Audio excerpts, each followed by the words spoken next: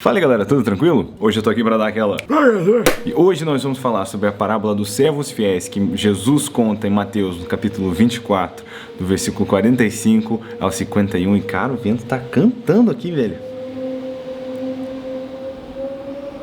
Eu tô tentando entender desses ventos de São Paulo, uns rebuliços direto do centro da terra. Jesus usava parábolas para ensinar. Essas eram extremamente conectadas com a vida humana. Elas explicam um reino que não entendemos com coisas que entendemos. São histórias que cativam, mas deixam conosco princípios concernentes ao reino dos céus. Dentro dessas histórias estão preciosas lições.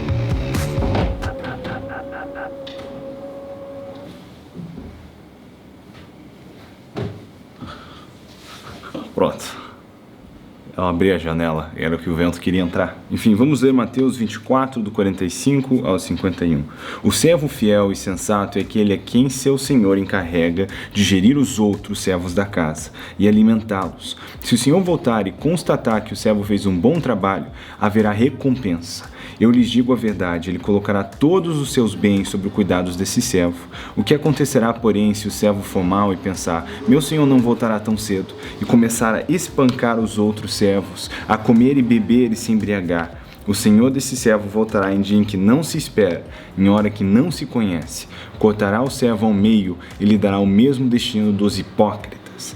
Ali haverá choro e ranger de dentes. Cara, essa parábola é sensacional. Eu sei que eu digo isso sobre toda a parábola, mas é que todas elas são sensacionais.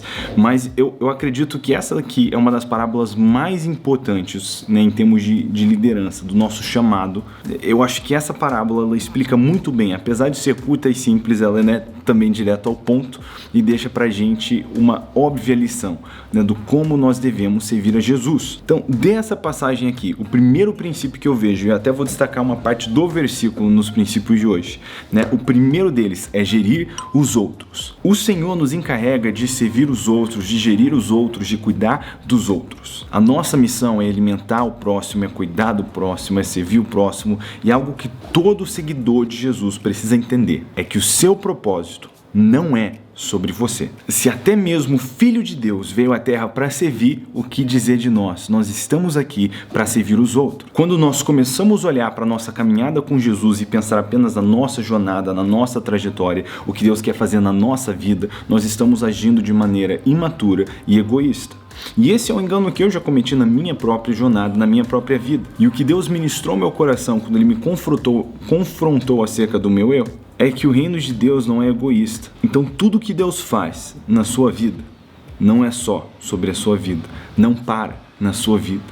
Se Deus te abençoa, é para isso ser dividido. Se Deus te capacita, é para servir alguém. Então entenda, seu propósito não é sobre você. A nossa missão é servir aos outros. E muitas vezes eu vejo pessoas que elas estão seguindo Jesus, elas estão servindo a Jesus, mas elas ainda tem uma tristeza, como se algo estivesse faltando. E eu pessoalmente acredito que um dos maiores motivos que esse sentimento acontece, talvez o único motivo, é porque, né, você não está seguindo Jesus do jeito certo ainda.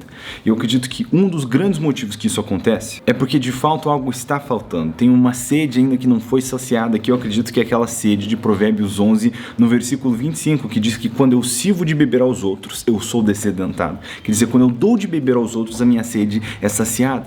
Né? Se o meu propósito é servir os outros e eu não estou servindo aos outros, eu não estou exercitando o meu propósito. E alguma coisa dentro de mim vai gritar que algo de errado não está certo, vai gerar insatisfação no meu coração, porque a insatisfação é esse aviso para nós de que talvez a gente não está no caminho certo. Então muita gente segue Jesus, mas sente que algo está faltando porque ainda não aprendeu a seguir Jesus servindo os outros, que é o jeito que nós servimos a Jesus. Faz sentido? Então já desse primeiro princípio aqui dessa parábola, lembre que a sua missão não é sobre você, é sobre os outros. E que se você sente que mesmo seguindo Jesus algo está faltando, comece a prestar atenção se você tem servido os outros. Porque quando nós damos de beber aos outros, a nossa sede é saciada. Recentemente, eu e a Priscila abrimos mão de muito dinheiro. Eu tô falando muito dinheiro para abençoar os outros. Mas nós fomos para casa nos sentindo mais ricos, tendo abençoado a vida de alguém, do que se a gente tivesse dinheiro que um dia passa, porque as pessoas são eternas. Quando nós vivemos em função de nós mesmos, podemos chegar em casa de mãos cheias, mas o coração vai estar vazio. A Bíblia fala que o quadro de Jó foi revertido enquanto ele orava pelos seus amigos, intercedia pelos seus amigos. Lembre-se de servir os outros. O segundo princípio que eu aprendo aqui nessa parábola, e que é importantíssimo, é que haverá recompensa. De novo, destacando uma parte do versículo. A verdade é que Deus é um Deus que é galardoador. A verdade é que Deus é um Deus que é recompensador. E mesmo que eu não possa herdar a salvação através das minhas obras, é correto dizer que eu herdo a minha salvação para as obras. Então, nas Escrituras, o Senhor deixa muito claro que mesmo que eu não possa me salvar com as minhas obras, Ele deixa claro que nada passa despercebido aos seus olhos. Eu acredito que esse tesouro no céu não é como a gente imagina, né? Moedinhas de ouro em algum lugar. Eu não sei. Eu não faço ideia. Ainda não fui para lá. Mas a verdade é que Deus é um Deus bom e as ideias de Deus são boas demais. E para mim, o grande consolo aqui, né, o grande encorajamento, né, em saber que haverá recompensa. Não é um encorajamento a servir de forma gananciosa, até porque isso derrota o propósito de, né, que nós temos que servir aos outros de maneira altruísta, vazios de nós mesmos, de forma humilde. Mas o que é legal, o que é gostoso saber, é que nada passa despercebido aos olhos de Deus. Eu lembro de uma vez que eu estava na escola e nós tínhamos uma tarefa, né, da professora que ela não checou se a gente fez, mas perguntou quem fez. E foi um daqueles momentos onde a professora tinha saído da sala e deixou a gente fazer aquilo. Quando ela voltou, a gente tinha que sair, então ela só perguntou em vez de checando. E quase ninguém tinha feito. Nenhum dos meus amigos tinha terminado aquela tarefa, mas todo mundo disse que fez. Mas eu sabia que eu não podia mentir, então eu disse que não fiz. E eu fui um dos únicos naquele dia que não ganhou aquela nota. E quando eu cheguei em casa, né, eu era criança ainda, eu estava me sentindo tão injustiçado, eu conversei com a minha mãe. Falei, mãe, não é justo, eu fui a única pessoa que fez a coisa certa, né, de ser honesto. Mas todo mundo levou uma nota para casa, menos eu. E eu lembro que minha mãe, com muita sabedoria, naquele momento ela sorriu, ela olhou para mim, ela falou, bom, primeiro você fez errado de não ter feito a tarefa. Falei, mas ninguém fez. A mãe disse que você não é todo mundo, né? Mas a minha mãe olhou pra mim, ela perguntou, mas quem você acha que marcou nota com Deus hoje?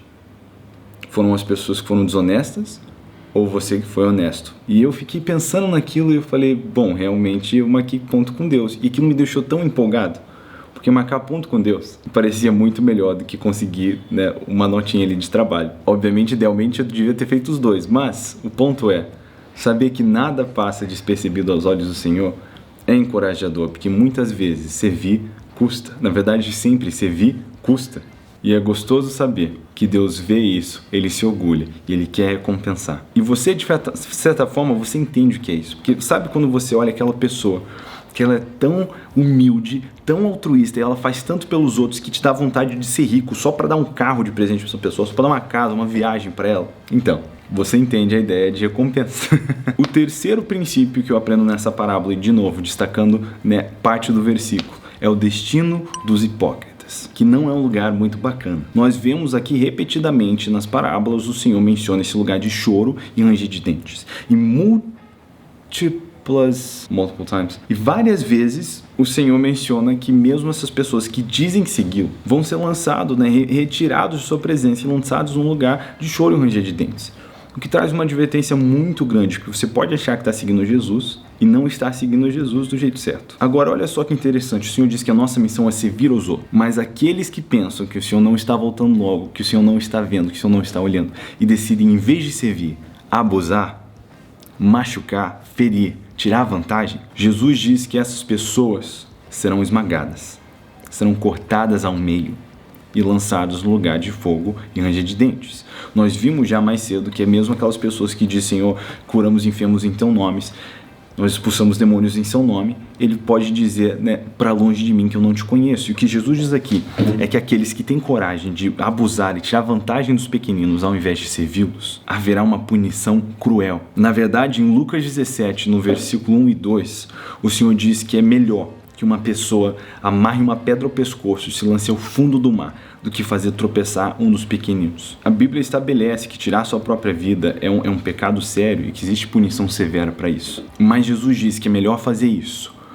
do que fazer tropeçar um dos pequeninos. Se a punição é severa para quem tira a própria vida, eu não consigo imaginar a punição de quem faz tropeçar os pequeninos. Quando você vê alguém que não está caminhando do jeito correto, alguém que abusa dos pequeninos, alguém que tira vantagem, alguém que não é um líder conforme o DNA do nosso Senhor Jesus, não tente ser o justiceiro do Twitter e ficar condenando eles, mas por favor, ore por eles, porque se eles não mudarem de atitude, o próprio Cristo irá esmagá-los. E isso é muito mais complicado do que o seu tweet. A gente já fala um pouco sobre isso, né, no vídeo dos Reclamões do Reino, que eu recomendo se você não assistiu ainda. E também no Detonando a Igreja do Twitter, é um assunto importante. Eu sei que dá muita raiva ver gente que traz um mau nome ao reino de Deus, ver gente que não segue ao Senhor Jesus do jeito correto, ver gente que tá sendo horrível, mercenários. Eu sei o quão infuriante isso é, mas antes de jogar pedra, não é o nosso lugar, né, jogar pedra. Quem vai fazer isso é o Senhor. O que nós deveríamos fazer é ter compaixão e orar, porque, cara, sinceramente, a gente tem que se perguntar, e se fosse eu? Se eu estivesse no caminho errado, será que eu ia gostar de ter alguém orando por mim, alguém tentando me trazer de volta? Eu com certeza iria. Dito isso, Deus abençoe você, fica por aqui a pregadinha de hoje, e a gente se vê na próxima parábola. Valeu!